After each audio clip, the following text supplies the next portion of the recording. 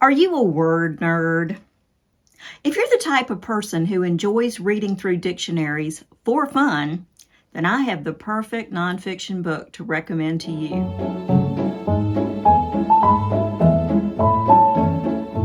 Hi there, I'm Library Lynn, and I make knowing great nonfiction books my mission. Don't know what to read next? I always have ideas. Just so you know, I do tend to be a backlist reader with an occasional newish book thrown in for fun. Today we're going to talk about Word by Word, The Secret Life of Dictionaries by Kory Stamper. We'll cover the three main things I learned from the book, and I'll tell you what I liked most and what I liked least about it. And then stay tuned to the end when I'll tell you the number one life lesson I got from the book. The Merriam-Webster Dictionary is my favorite dictionary. I have an inexpensive annual subscription, and to me it's worth every penny. They tell me how to pronounce words when I don't know how. They give me lots of information, and I really, as a writer, like it for the thesaurus that comes with it. The spelling and definitions, of course, are always great too. When the author of this book, Kory Stamper, applied to be an editor at the Merriam-Webster Dictionary, she was desperate for the job. Not for a job, she was desperate for a job working at the dictionary. Here's how part of her interview went. She's talking to her interviewer here. He sat impassive across from me as I blithered, awash in flop sweat and aware, perhaps for the first time since I answered the want ad, that I really, really wanted this job. And I was really, really rambling. I stopped and leaned in breathless.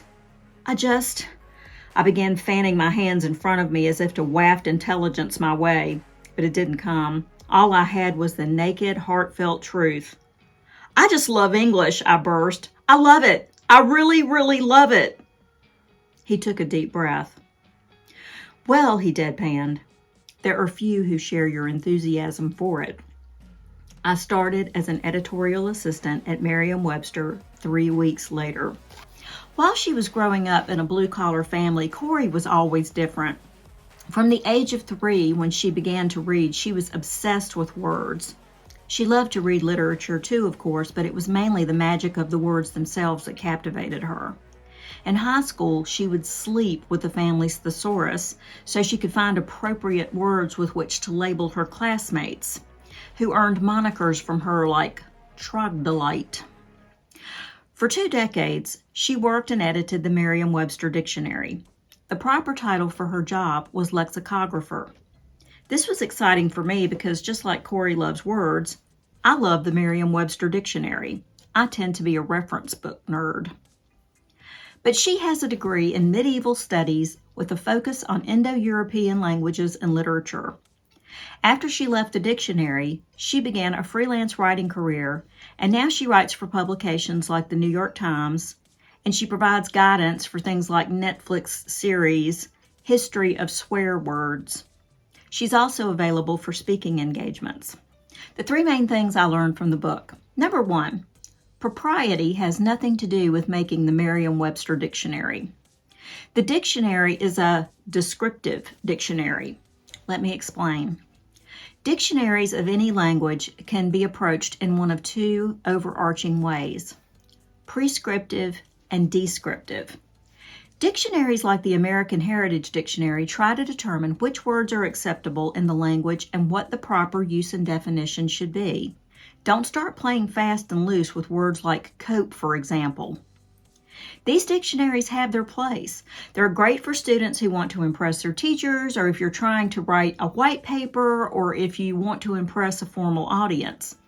And this is how most Americans, at least, are taught to view dictionaries, as a final authority.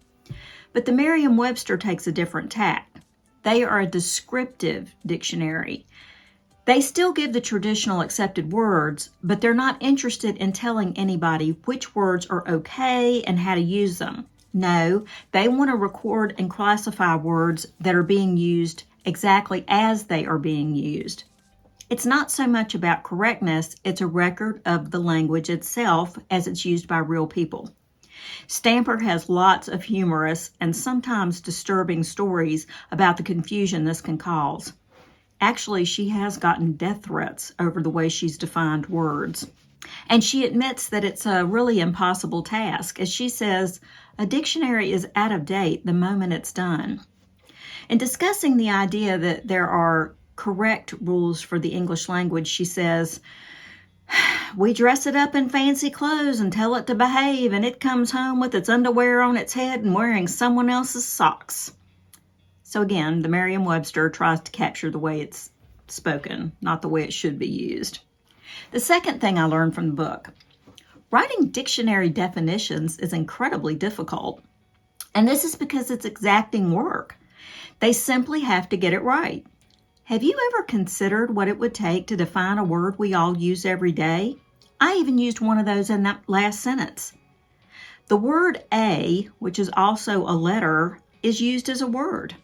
I looked it up, and Merriam-Webster has isolated 15 separate ways that word can be used. Sometimes deciding a word's part of speech is hard, and pronunciation can depend on things like how the word is used and who gets to decide what's the correct accent for a word. Writing a definition can be incredibly fraught with pitfalls of all sorts. Here, she's quoting her boss. In an odd way, he said, I tend to feel that the definition is an imperfect thing any way you look at it. A definition is an attempt to explain a word's meaning using these certain conventions, and you have to distinguish between the definition of a word and the meaning of a word. The meaning is something that resides in the word, and the definition is a description of that. But a definition is an artificial thing. The third thing that I learned from the book, lexicographers get their inspiration from everywhere. I don't know about you, but when I ever thought about people who worked in dictionaries, I thought they probably spent a lot of their times in musty old rare books rooms and old libraries, that they consulted the Oxford English Dictionary and other reference sources to find their words, or maybe they hired and hang out with linguists, which they may do, but no, not all the time. For the most part, they hang out where we hang out. They see the same things we see. They document it and incorporate it into the dictionary. For the most up-to-date of them, I suspected that they leaned heavily on Google Trends and the Google Ngram Viewer. And if you don't know about those tools, check them out. They're really fascinating. But no, some of the places Stamper lists where they get their inspiration for their words are frozen TV dinner boxes, beer bottles, takeout menus, mail order catalogs, makeup displays, and the yellow pages. In other words, everywhere. And the internet has had a huge impact on dictionaries, as you can imagine. She explains all this in the book. There is so much in this book that it couldn't possibly get to in this review. What I liked best, I liked Kory Stamper. Her knowledge and attention to detail are way over my head, but she still managed to make the work of writing dictionary entries engaging. This was in no small part due to her sense of humor. One example is when she discusses outdated writing, usage, and grammar rules that were all taught in school. Of this she says, and I quote, "If you ask a modern adherent to this rule why exactly you aren't supposed to end a sentence with a preposition, they merely goggle at you as if you had asked why you aren't supposed to lick electrical light sockets. Because it's objectively better not to, that's why." What I liked least. I've mentioned before that I can easily get bogged down in too many details, and you can imagine how describing how people have to split hairs to define and categorize words, details are very necessary. She needed to go into detail to help you understand exactly why a lexicographer does and how mind-bending it can be. But sometimes I found myself clocking out. I just took that as further evidence that I'm not cut out to work for a dictionary. The final lesson I got from the book.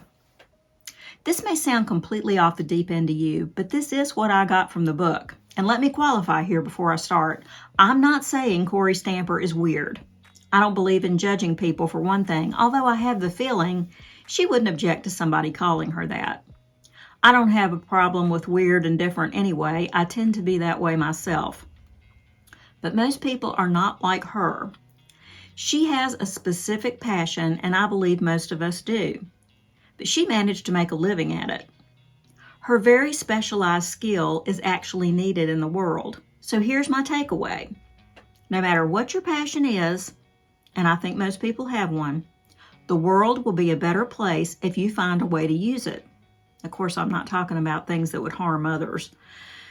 But who knows? If you spend more time on what truly makes you happy, maybe you'll be happier too. So that's my review of Word by Word by Kory Stamper.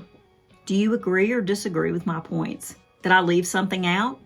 Do you have a similar book to recommend that you enjoyed? If so, leave a comment below. For more worthwhile books to read, hit like and subscribe so you'll always have fresh ideas. And if you'd like great books like this at your fingertips, check out my book, Library Lynn's curated collection of superlative nonfiction. I gathered recommended books from all sorts of sources, 65 lists of them, and arranged them just like they would be arranged in a public library.